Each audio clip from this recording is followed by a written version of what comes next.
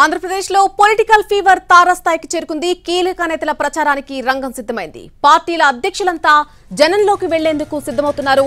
మే 13న జరగనున్న ఎన్నికల కోసం ప్రచారాన్ని కొత్త పుంతలు తొక్కించనున్నారు.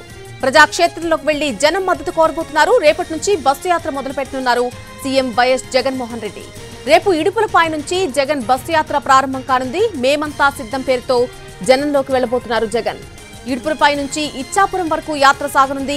ప్రతి పార్లమెంటు నియోజకవర్గంలో ఒక సభ నిర్వహించడంతో పాటు ఆ రోజంతా ఆ నియోజకవర్గ నేతలతో సమావేశాలు సాగించనున్నారు జగన్. అలాగే స్థానిక ప్రజలు మేధావులతోనూ సమావేశం కానున్నారు.